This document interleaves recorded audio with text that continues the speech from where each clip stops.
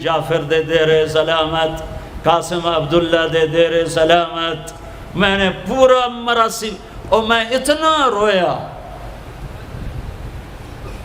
کہ میرا رواں آنکھ بن گیا اور آنسو. یہ صبح کی بات. میں عصر پڑھ کے نکلا، نوجوان میرے پاس آیا.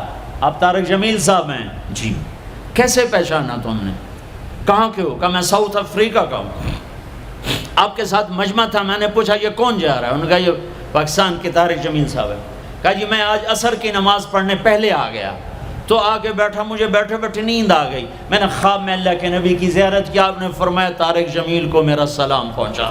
میں نے کہا میرا سلام پہنچے گا. اسی میرا پکے ہو گئے. مجھے ان تقریروں پر تو کوئی امید نہیں ہے کہ میری بخشش ہوگی، چونکہ یہ مجموع کے سامنے بیٹھنا اس کے بعد کوئی یہ دعویٰ نہیں کر سکتا کہ میں اللہ کے لیے بات کر رہا ہوں. اللہ کی قسم میں آپ کے بارے میں قسم کھاتا ہوں کہ آپ سب اللہ کی رضا کے لیے آئے بیٹھے ہو. لیکن جو یہ یہاں بیٹھا ہوا ہے یہ قسم نہیں کھا سکتا کہ میں اللہ کے لیے کہہ رہا. مجھے نہیں پتا میں کس کے لیے کہہ رہا ہوں.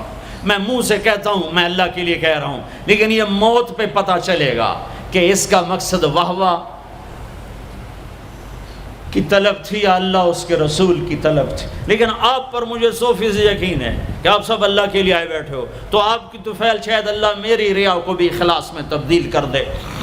تو میرے یہ تصور میرے دل میں، میں ہر بیان میں اپنے نبی کا شجرہ بیان کرتا ہوں. ویسے بھی ہم لوگ اپنے نبی سے نا آشنا ہیں. ہمیں پتہ نہیں ہمارا نبی تھا کون، ہمارا نبی کیسا تھا، ان کی زندگی کیسی تھی، ان کے گھر کا کیسا تھا نظام، باہر کا کیسا، ہم جانتے نہیں. ہم سیکھو اپنے حبیب کی معاشرت سیکھو، تجارت سیکھو. آپ طاقت میں آئے تو آپ نے کیا کیا، آپ تاجر بن کے آئے تو آپ نے کیا کیا، آپ خامن بنے تو آپ نے کیا کیا، آپ باپ بنے تو آپ نے کیا کیا، آپ جنگ میں آئے تو آپ نے کیا کیا، آپ نے ہتھیار اٹھائے تو آپ نے کیا کیا، آپ نے صلح کی تو آپ نے کیا کیا، آپ مسلح پر آئے تو آپ نے کیا کیا، آپ کی رات آئی تو آپ نے کیا کیا. سیکھو. یہی تبلیغ کا پیغام ہے کہ تبلیغ میں نکل کر اللہ اس کے رسول کی مبارک اور پیاری زندگی مرنے سے پہلے سیکھو. لیکن آج کی رات میں ایک ہاں میرے ساتھ کرو، آج توبہ کرو، آج توبہ کرو. کرتے ہو. شیطان تو کوئی نہیں ہے، بند ہے، قید ہے. اور یہ عقیل کا گھر فرشتوں سے ایسا بھرا ہوا ہے کہ پہلے آسمان تک فرشتوں کی قطاریں کھڑی ہوئی ہیں اور جنت کے دروازے کھلے ہیں، جنت کی حوریں دروازوں پر ہیں. میرے رب کا عرش پہلے آسمان پر ہے اور اعلان ہو رہا ہے کوئی توبہ کرنے والا ہے تو آ جاؤ. گناہوں سے نہ ڈرو، صرف ایک دفعہ کہہ دو یا اللہ معاف کر تو سارے معاف کروں گا. کرتے ہو توبہ؟ کرتے ہو؟ کہو یا اللہ میری توبہ. پھر کہو یا اللہ میری توبہ. پھر کہو یا اللہ میری توبہ.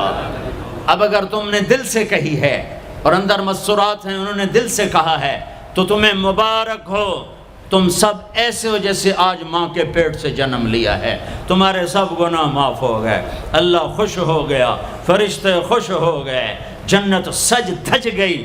جنت کی حوریں تمہیں دیکھ دیکھ کے خوش ہو رہی ہیں. مجھے میرے رب کی عزت کی قسم میں اس کی رحمت کے دعوے پر کہہ رہا ہوں، آج یہاں جتنا بڑے سے بڑا گناہگار بیٹھا ہے میں دعویٰ کرتا ہوں اگر اس نے دل سے اس شرط کے ساتھ دل سے توبہ کی ہے تو جا تجھے مبارک ہے.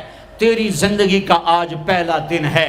تو آج ماں کے پیٹ سے نکلے ہے، تیرے سب معاف ہیں. ہاں فرض چھوڑے تھے، پتہ کرو علماء سے کیسے کروں، گناہ معاف ہو گیا. حق مارے تھے، گناہ معاف ہو گیا، پتہ کرو علماء سے ادا کیسے کروں. اگر یہ توبہ پکی ہو گئی تو مبارک ہو. اگر ہمارے ملک کا 50% مسلمان توبہ کر جائے تو سارے دیش کی تقدیر بدل جائے گی. تو پکی توبہ کرتے ہو. اور ایک اور خوشخبری، اگر یہ توبہ ٹوٹ بھی جائے تو ڈرنے کی بات نہیں ہے، ڈرنے کی بات نہیں ہے. دوبارہ کر لینا، دوبارہ کر لینا، دوبارہ کر لینا. پورا رمضان پڑا ہے، پوری زندگی پڑی ہے.